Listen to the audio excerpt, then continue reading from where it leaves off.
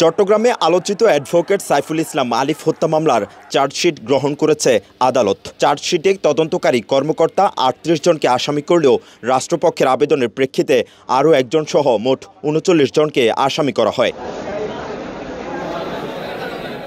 সোমবার সকালে Chittagong metropolitan magistrate SM আলাউদ্দিনের আদালতে চার্জশিট গ্রহণযোগ্যতার শুনানি শেষে এ আদেশ দেন। এ সময় নতুন করে ১৯ জনকে গ্রেফতারি পরোয়ানা দিয়েছে আদালত। আমরা জোর বক্তব্য রেখেছি যে একটা আলিফ হত্যার সাথে যে জড়িত সেরকম প্রকাশ্যে দেখা গেছে এবং তাকে দেখা গেছে যে তাকে পরিচিতি পেয়েছে সেরকম একটা আসামি বাদ দেওয়া হয়েছে। রাষ্ট্রপক্ষের আদালতের ভিত্তিতে আদালত সুকান্ত দত্ত সহ মোট ৩৯ জনের বিরুদ্ধে চার্জশিট গ্রহণ করেন এবং পলাতক আসামিদের বিরুদ্ধে গ্রেপ্তারি পরোয়ানা জারি করেন। পলাতক আসামিদের বিরুদ্ধে ওয়ারেন্ট অফ অ্যারেস্ট করা হয়েছে এবং ইস্যু করেছে। এটাই ওনার আজকের কার্যক্রম সঠিকভাবে সমাধান হয়েছে।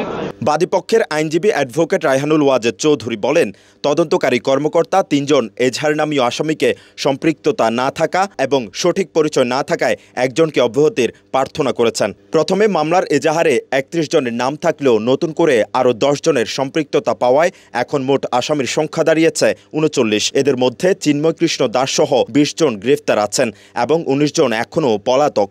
আদালত রাষ্ট্রপক্ষের সে আবেদন মঞ্জুর করে এবং ৩৯ জনকে সুকান্ত দত্ত সহ ৩৯ জনকে আসামি হিসেবে এই বিচারে সুপর্দ করেছেন। ইনশাআল্লাহ সন্তুষ্ট। দ্রুত বিচার কাম সুষ্ঠু হয় সেটাই আমার কাম্য। বসুন্ধরা টিস্যু, অশুদ্ধতার বিরুদ্ধে এক বিন্দুও ছাড় নয়। গত ১ জুলাই আইনজীবী আলিফ হত্যা মামলায় চিন্ময় কৃষ্ণ দাস সহ ৩৮ জনকে আসামি করে আদালতে চার্জশিট দাখিল করেন মামলার তদন্তকারী কর্মকর্তা চট্টগ্রাম মহানগর পুলিশের সহকারী কমিশনার মাহফুজুর রহমান।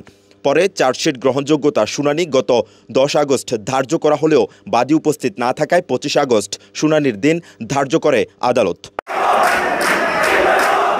গত বছরের ২৬ নভেম্বর সনাতনী জাগরণ জোটের মুখপাত্র চিন্ময় কৃষ্ণ দাসের জামিনকে কেন্দ্র করে চট্টগ্রাম আদালত প্রাঙ্গণে উত্তপ্ত পরিস্থিতি তৈরি হয়। এক পর্যায়ে আইনজীবী সাইফুল ইসলাম আলিফকে নৃশংসভাবে পিটিয়ে ও কুপিয়ে হত্যা করা হয়।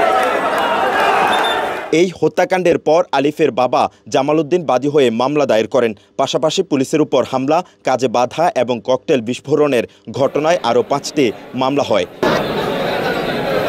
মেহরাজ হোসেন, কালের কণ্ঠ, চট্টগ্রাম।